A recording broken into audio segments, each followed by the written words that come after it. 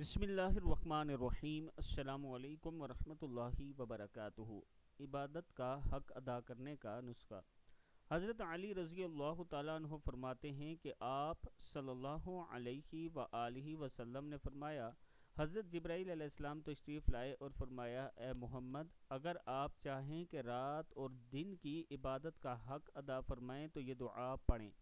یعنی اگر آپ چاہتے ہیں رات اور دن کی عبادت کا آپ حق ادا کرنا چاہتے ہیں تو یہ دعا پڑھیں، اللہم لک الحمد حمدن کثیرن مع خلودک ولک الحمد حمدن لا منتہا لہ دون علمک ولک الحمد حمدن لا منتہا لہ دون مشیتک وَلَكَ الْحَمْدُ حَمْدًا لَا أَجْرَ لِقَائِلِهِ إِلَّا رِضَاكَ اللهم لك الحمد حمدا كثيرا مع خلودك ولك الحمد حمدا لا منتهى له دون علمك ولك الحمد حمدا لا منتهى له دون مشيتك وَلَكَ الْحَمْدُ حَمْدًا لَا أَجْرَ لِقَائِلِهِ إِلَّا رِضَاكَ۔ اے اللہ، آپ ہی کے لیے تمام تعریفیں ہیں، ایسی تعریف